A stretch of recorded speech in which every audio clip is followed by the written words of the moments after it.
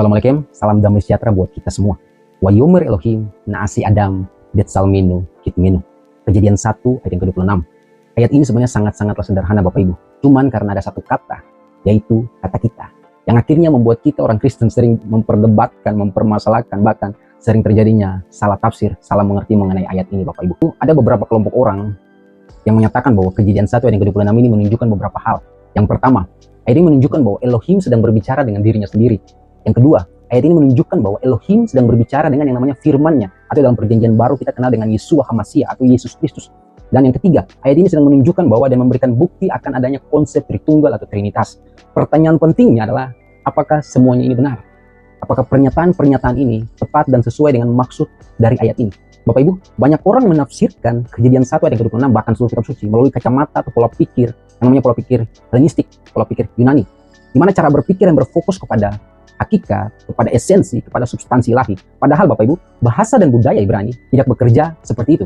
Dalam cara berpikir Ibrani, yang penting itu bukan apa Tuhan itu, esensi Tuhan itu apa, substansi Tuhan itu apa, bukan itu, melainkan apa yang Tuhan lakukan. Jadi berbicara tentang tindakannya, relasinya, dan maksud atau tujuannya Tuhan yang Tuhan nyatakan dalam sejarah. Bahasa Ibrani Alkitabiah tidak dibangun atas dasar logika yang abstrak seperti bahasa Yunani, bahasa Latin, atau mungkin bahasa Inggris, atau mungkin bahasa Indonesia, tetapi pada realitas tindakan dan pengalaman. Nah, maksudnya apa Bapak Ibu? Jadi ketika Adonai Elohim atau Yod-Ke-Waw-Ke, saya sebut aja Bapak Yahweh, itu adalah pelafalan yang saya yakini. Ya terserah kalian mau lafalkan tentang apa. Karena itu ketika Bapak Yahweh berkata, marilah kita menjadikan manusia. Nah, pernyataan ini bukanlah tentang siapa kita atau siapa sosok-sosok saja yang ada di balik kita ini. Itu adalah logika barat, itu adalah logika Helenistik. Melainkan apa yang sedang Bapak Yahweh nyatakan dan lakukan melalui pernyataan itu Bapak Ibu. Nah, dengan memahami pola pikir ini, kita akan melihat bahwa kejadian 1 ayat yang ke-26 ini bukan berbicara tentang dialog antar pribadi atau Tuhan sedang berbicara dengan firman-Nya. Nah, melainkan sebuah deklarasi tindakan ilahi dari Bapak Yahweh itu sendiri. Sebuah pengumuman kerajaan di hadapan seluruh makhluk surgawi. Nah, itulah sebenarnya maksud atau arti singkatnya Bapak Ibu. Tapi kita akan membahas secara lebih dalam maksud dan makna penting dari ayat ini Bapak Ibu. Oke, kita akan masuk kepada poin yang pertama, yaitu apakah benar Elohim sedang berbicara dengan dirinya sendiri? Nah Bapak Ibu, pada kesempatan kali ini saya cuma akan membahas satu kata dari ayat ini Bapak Ibu. Tapi satu kata ini bisa menggambarkan semuanya.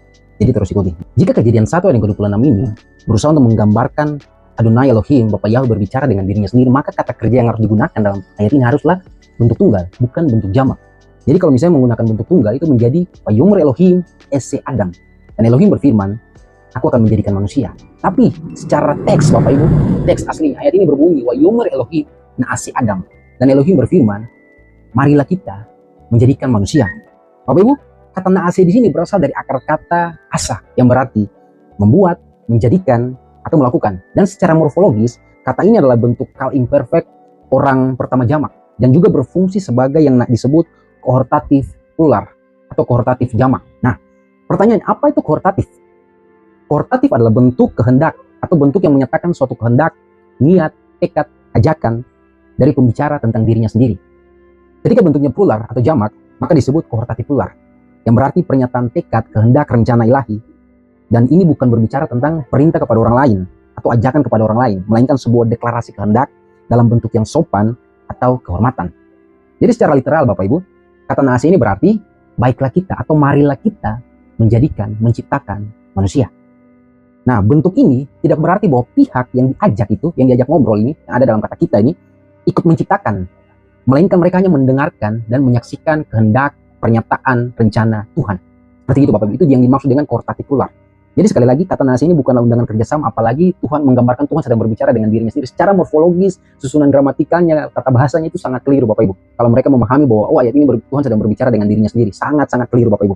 Ayat ini merupakan sebuah deklarasi kehendak ilahi dari Tuhan di hadapan makhluk surgawi. Jadi kata Naasi ini bukan ajakan, oh mari ikut sama-sama kita kerjain, kita ciptakan manusia, bukan itu, tapi Tuhan sedang mengungkapkan kehendaknya, kebesarannya dalam bentuk jamak kehormatan. Jadi dengan gaya bahasa ini Bapak Ibu, Tuhan sedang menyatakan rencananya, kehendaknya, bukan Tuhan sedang ngobrol dengan dirinya sendiri, tapi Tuhan sedang menyatakan kehendaknya, inilah rencanaku, inilah kehendakku, di hadapan apa? Makhluk surgawi. Oke? Nah, saya akan berikan sebuah analogi atau sebuah gambaran, contoh sederhana supaya kita pahami maksud dari arti ini. Jadi ayat ini sedang menggambarkan seperti ini. Contoh ketika kita menonton sebuah video YouTube atau mendengarkan pendeta berkhotbah di atas mimbar, pasti kita sering mendengarkan frasa seperti ini. Oke Bapak Ibu, shalom, selamat siang. Kita pada kesempatan kali ini kita akan membahas tentang suatu topik. Nah, hamba Tuhan atau pembicara itu sedang sering mengatakan kita akan membahas suatu topik bla bla bla. Ajakan itu atau pernyataan itu bukan berarti jemaat atau orang yang menonton video itu disuruh membahas bersama-sama, tapi pelaku utamanya hanya pembicara itu. Kita yang sebagai jemaat atau penonton, kita cuma menyaksikan, melihat saja. Oh iya, hamba Tuhan ini sudah berbicara. Tapi di awalnya, pembukaannya, beliau sering mengatakan, mari kita akan membahas tentang poin A, poin B, poin C. Seperti itu. Nah, itu bukan berarti dia mengajak kita bahas sama-sama. Nah, tapi itu adalah bentuk kohortatif tular yang dimaksud. Nah, sama dengan ayat ini, Bapak Ibu. Jadi Tuhan sedang menyatakan kehendaknya, rencananya, niatnya untuk menciptakan manusia. Tuhan sedang menyatakan di hadapan para makhluk surgawi. Seperti itu. Nah, mengapa Tuhan menggunakan kata kita? Karena ini adalah sebuah bentuk kehormatan, sebuah bentuk kesopanan, sebuah bentuk kerendahan hati dari Tuhan kepada makhluk-makhluk surgawi yang ada. Ya, salah satunya itu malaikat. Seperti itu, Bapak Ibu. Jadi dengan demikian, ayat ini tidak mungkin menggambarkan bahwa Elohim itu sedang berbicara dengan dirinya sendiri. Oke? Sebab secara struktur itu tidak mendukung, sangat-sangat tidak mendukung, Bapak Ibu. Sebab itu, jangan kita menafsirkan suatu ayat dengan pola pikir Helenistik, pola pikir Barat, pola pikir orang Indonesia. Tapi mari kita kembali kepada bahasa aslinya, kepada struktur, gramatikalnya, morfologisnya. Ini ayat berbicara apa? Kata ini maksudnya apa? Seperti itu, Bapak Ibu. Oke, kita akan masuk kepada poin yang kedua. Apakah benar Elohim, Yod-Heh-Waw-He, Yahweh itu sedang berbicara dengan firman-Nya, atau yang di perjanjian baru kita kenal dengan Yeshua HaMashiach atau Yesus Kristus? Apakah benar demikian? Nah, beberapa tafsir berusaha untuk menghubungkan ayat ini dengan gagasan bahwa Elohim sedang berbicara dengan Logos, dengan Dafar Elohim, dengan firman-Nya. Nah, yang kemudian kita kenal dengan Yeshua HaMashiach. Bapak Ibu, maaf kata, ini adalah sebuah pandangan yang sangat-sangat menyesatkan sebenarnya. Dan adalah sebuah pandangan yang sangat-sangat keliru. Ini sebenarnya pandangan ini tidak jauh berbeda dengan pandangan Trinitas atau Tritunggal itu. Nah, pandangan ini berasal sekali lagi dari pola pikir Helenistik. Yaitu cara berpikir orang Yunani yang menafsirkan firman sebagai suatu entitas atau suatu pribadi yang terpisah dari Elohim itu sendiri. Padahal Bapak Ibu, cara berpikir seperti ini tidak berasal dari firman Tuhan, dari Taurat Tuhan, bahkan dari kitab suci itu sendiri. Itu sangat-sangat keluar, Bapak Ibu. Ketika mereka mengatakan bahwa Elohim sedang berbicara dengan firman-Nya, maka mereka sedang membuat firman itu merupakan sebuah pribadi yang beda, pribadi yang terpisah dari Yod-Heh-Waw-He ini, dari Bapa Yahweh.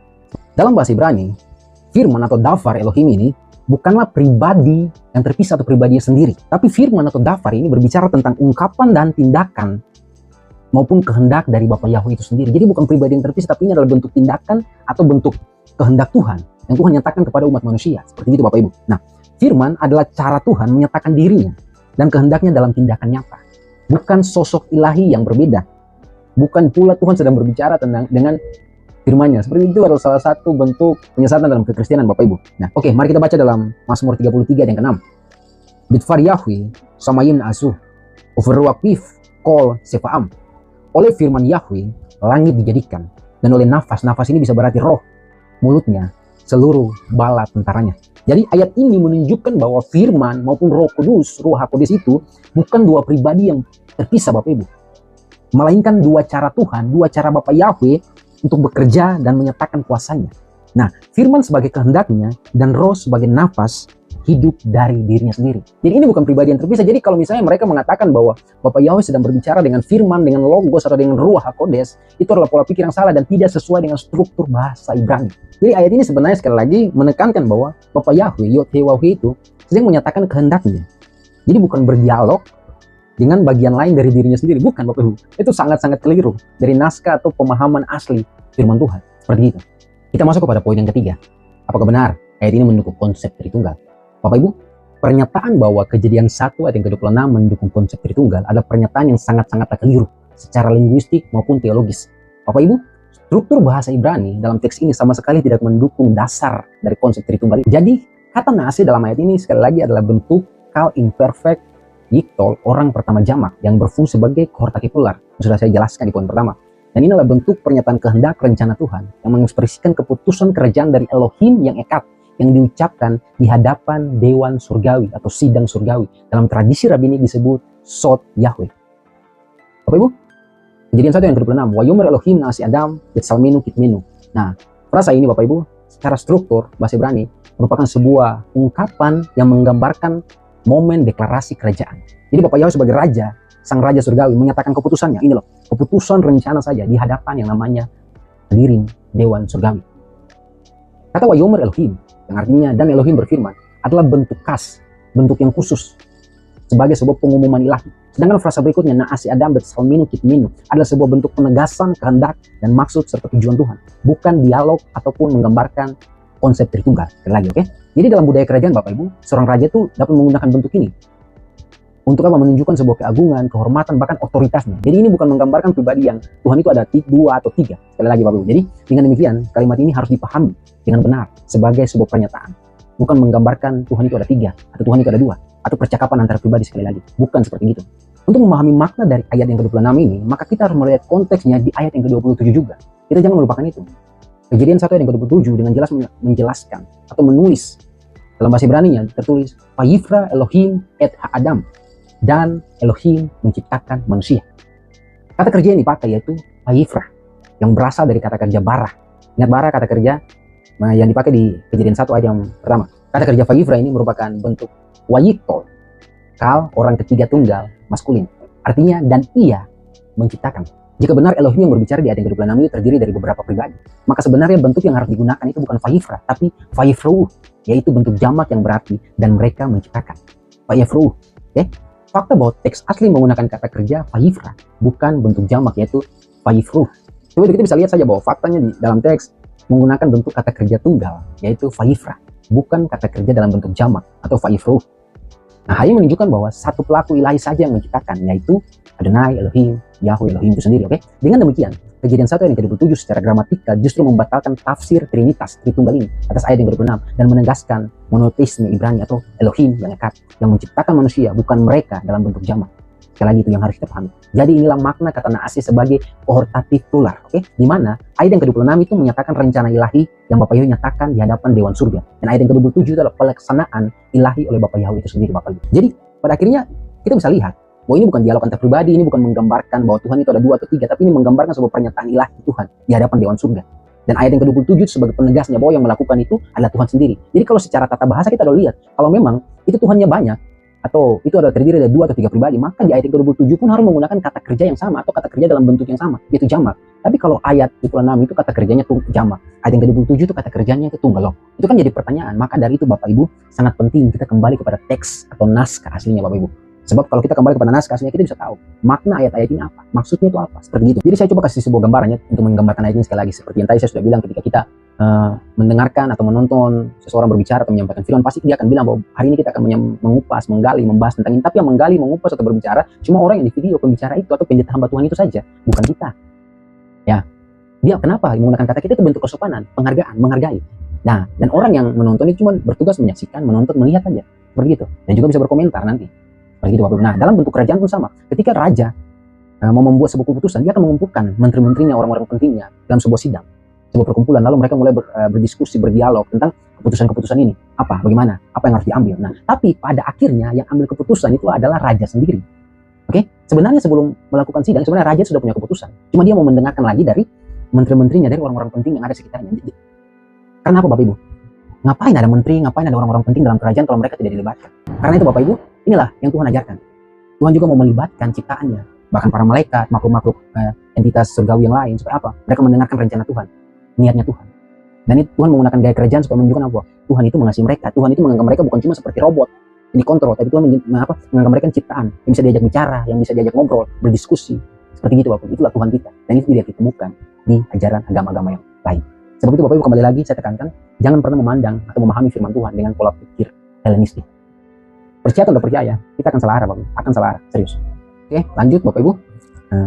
Pasti kita masih bertanya-tanya, sebenarnya siapa kita sih dalam Kejadian 1 yang ke-26 ini? Ya, namanya juga manusia kan, kita perlu tahu, ya perlu tahu yang betul. Nah, sebelumnya sebenarnya sudah saya singgung, kita ini siapa saja sih? Nah, jadi kita ini berbicara tentang Bapak Yahweh, Yod-Heh-Wah-Weh ini, Elohim ini, yang sedang berbicara di hadapan yang namanya Dewan atau majelis atau sidang surgawi. Dalam tradisi rabini ini disebut dengan Sot Adonai atau Sot Yahweh. Seperti itu. Dengan memahami Sot Yahweh ini atau Dewan Surgawi ini, kita akan tahu bahwa oh iya, Kejadian 1 dan bulan 6 ini berbicara tentang siapa. Dan Tuhan sedang berbicara kepada siapa. Namun pertanyaan pentingnya seperti ini. Apakah benar ada Sot Yahweh itu, ada Dewan Surga itu? Sebenarnya Dewan Surga itu apa sih? Lalu siapa saja yang ada di dalamnya? Nah, kita akan kupas secara perlahan Bapak Ibu, jadi terus ikuti. Nah, yang pertama, apa itu Sot Yahweh? Atau Sot Adonai ini? Sot sendiri berarti adalah Dewan, persekutuan rahasia, majelis, atau tempat perundingan, dan juga bisa berarti rahasia Bapak Ibu. Jadi secara literal, Sot Yahweh itu adalah Dewan atau majelis Yahweh. Tempat di mana Bapak Yahweh menyatakan kehendaknya, rencananya, keputusannya kepada makhluk surgawi yang melayaninya. Nah, istilah Sot Yahweh ini menggambarkan dua hal. Yang pertama, menekankan fungsi surgawi yang mendengarkan dan menyaksikan keputusan ilahi. Dan yang kedua, menegaskan bahwa sifat pribadi dan kudus dari pertemuan itu. Jadi ini bukan forum umum, bukan forum biasa, tapi ruang khusus, ruang kehormatan, tempat keputusan kerajaan dinyatakan. Jadi Sot Yahweh itu, sekali lagi Bapak Ibu, adalah sebuah tempat di mana Bapak Yahweh berkumpul dengan para makhluk surgawi, dan di mana Bapak Ibu menyatakan kehendak rencananya di hadapan mereka. Selanjutnya, pasti pertanyaan loh, memangnya benar ada Sot Yahweh itu, ada Sot Elohim itu? Nah, Bapak Ibu, sebenarnya kejadian 1 sudah menggambarkan, tapi kita akan melihat lagi di ayat-ayat yang lain. Coba kita lihat, saya akan tampilkan ada beberapa ayat. Sebenarnya sangat banyak ayatnya Bapak Ibu, tapi kalau kita mau lihat satu persatu itu makan waktu. Jadi saya akan tampilkan beberapa daftar ayat yang menjelaskan tentang majelis atau sidang ilahi ini, sidang surgawi ini Bapak Ibu. Coba kita lihat Yeremia 23 ayat yang ke-18. Ini amat besot Yahweh, Feyere, Feyisma, Yefaroh. Siapakah yang berdiri di dewan Yahweh untuk melihat dan mendengar firman Yahweh?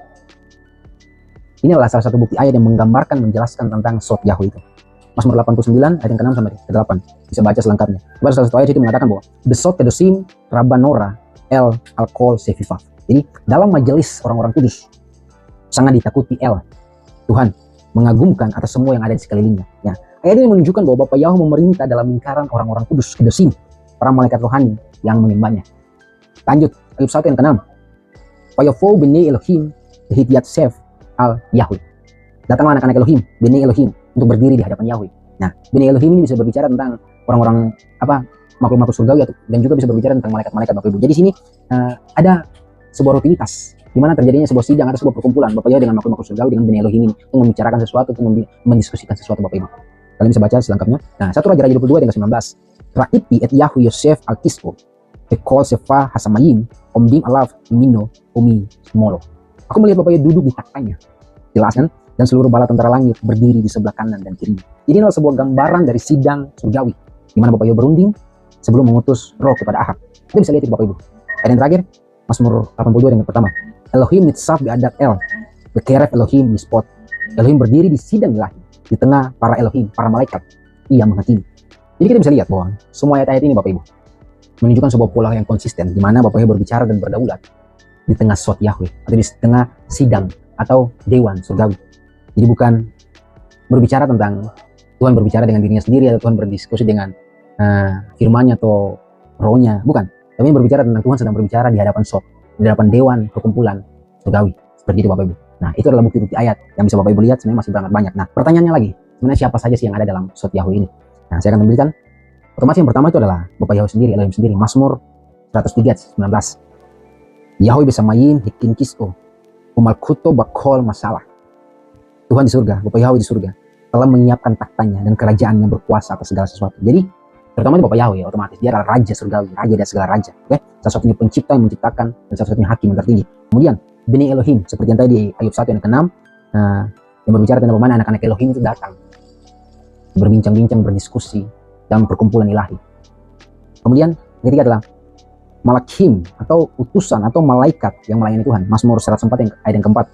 Ose malakafruko meshartaf es lohet. Dia menjadikan malaikat-malaikatnya sebagai angin, pelayan-pelayannya sebagai api yang membara. Di sini, di mana malaikat-malaikat ini juga bisa termasuk Mikael, Gabriel, atau malaikat-malaikat yang lain. Jadi ketika Bapak Ibu mengatakan marilah kita menjadikan, di situ juga ada malaikat-malaikat Bapak Ibu. Mereka juga hadir untuk mendengarkan. Karena mereka merupakan bagian juga dari Sot Yahweh ini, sidang atau dewan surgawi ini Bapak Ibu. Kemudian, Kedosim. Seperti yang dalam Mazmur 89 yang ke-7 yang sudah kita bahas, di mana berbicara tentang El Na'aratz Sot Kedosim, Rabba Venora Al-Kol Sefifah. Itu berbicara tentang perkumpulan orang-orang kudus, di mana mereka berkumpul dalam yang namanya Sot Yahweh. Jadi ayat tadi ini sebenarnya menggambarkan siapa saja yang ada di dalamnya, apa yang mereka kerjakan. Nah, dan ini juga merupakan bukti dari yang namanya dewan surgawi atau sidang surgawi ini. Kemudian ada yang namanya Sefa Hasamayim atau bala tentara langit, bala tentara surga. Seperti yang tadi di Satu Raja-Raja 22 yang ke-19. Kemudian selain itu ada juga yang disebut para nabi sejati. Seperti yang tadi Yesaya 23 18. Kimi amat besot Yahweh fiyere fiyisma defro. Jadi siapa yang berdiri di dewan Yahweh untuk melihat dan mendengar firman-Nya. Jadi ada nabi-nabi yang mereka mendapat bagian untuk berdiri menyaksikan di bawah Tuhan, menyaksikan atau berdiri bersama-sama dengan para makhluk ilahi yang lain, menyaksikan kehendak rencana firman Tuhan. Karena sebab itu kalau kita baca dalam firman Tuhan dalam ayat-ayat dari Kejadian, di mana menggambarkan bahwa para nabi dipakai Tuhan untuk menyampaikan kebenarannya. Karena sebelumnya mereka sudah ada dalam namanya dewan surgawi ini. Mereka sudah dinyatakan ini kehendak Tuhan, rencana Tuhan, firman Tuhan. Nah, dan kemudian mereka menyampaikannya kepada umat Tuhan seperti itu. Jadi mereka pun termasuk di dalamnya, Bapak Ibu. Jadi mereka ini bukan anggota tetap sebenarnya, tetapi diundang mendengarkan firman secara langsung dari dewan ilahi. Jadi Bapak Ibu, kita bisa lihat bagaimana bahwa Kejadian 1 ayat 26 ini yang berbicara tentang kata kita itu siapa saja ya. Nah, Kejadian 1 ini menggambarkan bahwa penciptaan dalam suasana kerajaan surga. Seperti yang sudah kita ketahui dalam Kejadian 1 ayat 26 ada kata nasih, yang berarti marilah kita menjadikan Hal ini menunjukkan pembicaraan yang diarahkan Tuhan kepada hadirin surgawi, atau dalam hal ini Sot Yahweh. Jadi bukan monolog, bukan pula menggambarkan Trinitas Tritunggal itu. Oke? Nah, hal ini juga diperkuat dengan ayat berikutnya, yaitu pada ayat yang ke-27, Vayifra, menggunakan kata Vayifra, kata kerja tunggal, yang menyatakan bahwa hanya satu pribadi yang bekerja. Perubahan ini memperlihatkan urutan yang logis. Ayat yang ke-26, Tuhan memproklamasikan kehendaknya, rencananya di hadapan Sot Yahweh. Kemudian yang ke-27, Tuhan melaksanakan kehendak rencananya seperti seorang raja. Mereka berkumpul, dia berkumpul dengan para dewan-dewan, menterinya, dan lain sebagainya, mendiskusikan sebuah keputusan, tapi keputusannya dia yang ambil sendiri, yang putuskan sendiri, harus jadinya bagaimana.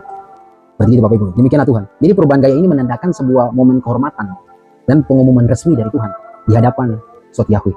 Itulah yang dimaksud dengan Kejadian 1 ayat yang ke-26 Bapak Ibu. Ya, jadi sudah jelas bahwa kata kita dalam Kejadian 1 ayat yang ke-26 ini menunjukkan bahwa Bapak Yahweh sedang berbicara dengan sebagai Raja Surgawi di hadapan Sot Yahweh, dewan atau majelis atau sidang surgawi.